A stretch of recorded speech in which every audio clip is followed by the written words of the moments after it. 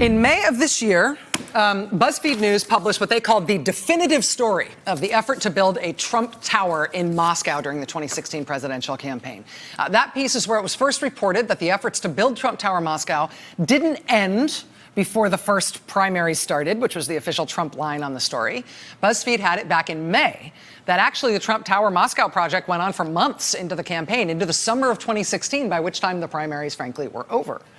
BuzzFeed also at that time published texts between Felix Sater, you see on the left, and Michael Cohen, who you see on the right. Texts from that summer which showed the two men, during the campaign, trying to arrange a meeting between Trump and Putin to discuss this real estate deal. Quote, Sater texted Cohen, I had a chat with Moscow. Assuming the trip does happen, the question is before or after the convention. Cohen writes back that day, my trip before Cleveland, before the convention, Trump, once he becomes the nominee, after. That very same text message, which was first reported by BuzzFeed News in May, now today, 6 months later, it turned up again in today's criminal charges against Michael Cohen. Anthony Cormier and Jason Leopold had this story before anybody else figured it out. And now their reporting, once again, is borne out by what Mueller's office just charged Michael Cohen with in federal court.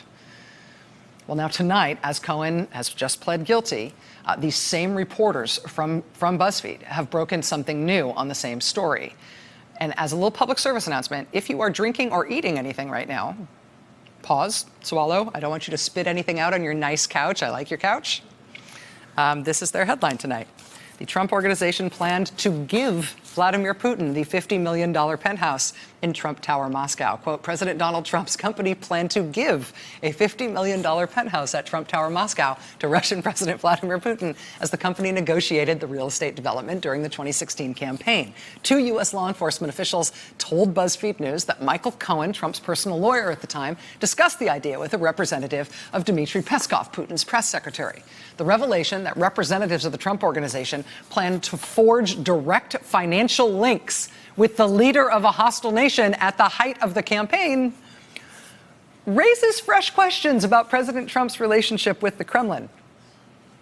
Oh, I don't know. Doesn't every presidential candidate in every election offer a $50 million gift to a foreign leader who at that time is running a military intelligence operation to help that candidate become president in the United States? Don't they all do this? Yawn. Isn't this normal?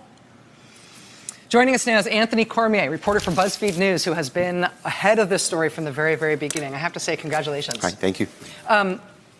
First, let me ask you, obviously a lot of what was charged today by Mueller and that Michael Cohen pled to is stuff that you had previously reported. Is there anything else that you have previously reported that relates to Cohen that you were surprised to not see come up today?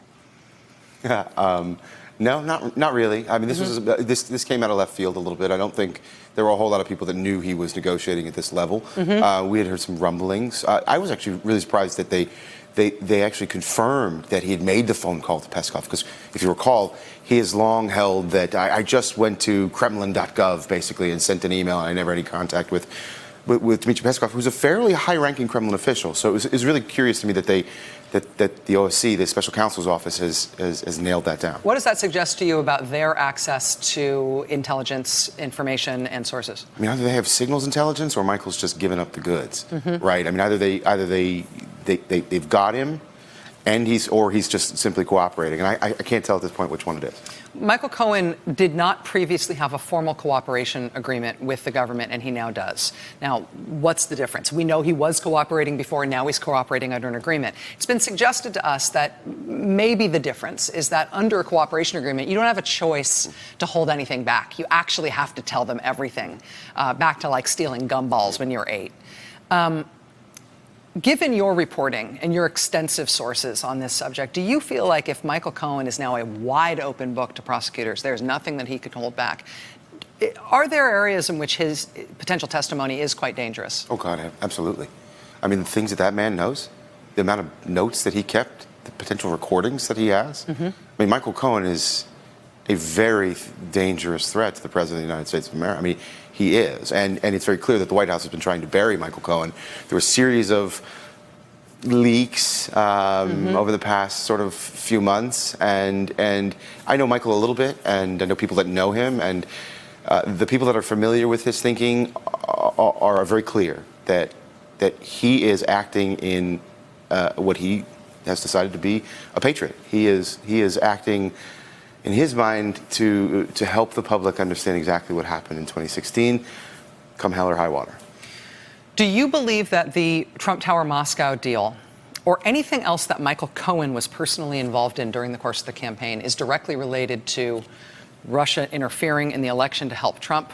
Any coordination, conspiracy, collusion between the Russian government and the Trump campaign to work together to help Trump get elected with foreign assistance? So there's a small line in the story, in both the one that we published in May and the one that we published today, in which two FBI agents with direct knowledge of this inquiry before Mueller got involved told us that Michael Cohen had communications with more than one individual who either knew about or took part in the election interference. So he's talking to them about Trump Tower Moscow, but they themselves were involved in or had knowledge of the interference operation. That's exactly right. Why are those two things related? Why would the same people be involved in those two things? Good question. I don't know who they are.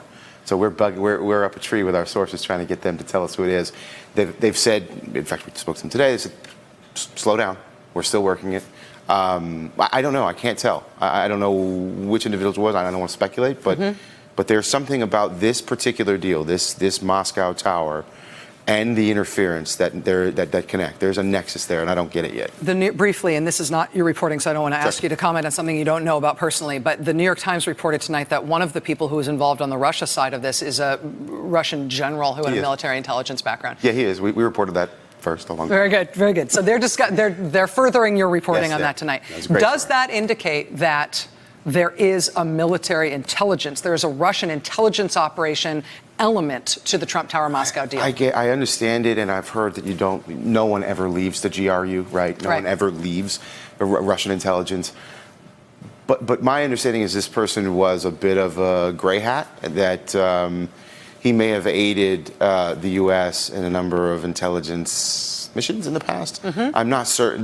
That wouldn't be the guy that I bet on. He is a friend of Felix Sater's, right? Felix Sater was involved in this deal, but I'm not quite certain that, none of my sources have suggested it, and I'm not certain that he's the guy I would immediately sort of pivot to. I'd be more curious to know who, either at the banks or at the Kremlin, were these individuals talking to? Who was working that behind the scenes? Who at the banks or at the Kremlin? Okay. I feel like I'm following your breadcrumbs a lot these days, Anthony.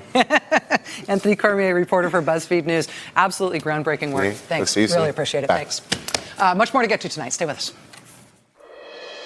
Hey there, I'm Chris Hayes from MSNBC. Thanks for watching MSNBC on YouTube. If you want to keep up to date with the videos we're putting out, you can click subscribe just below me or click over on this list to see lots of other great videos.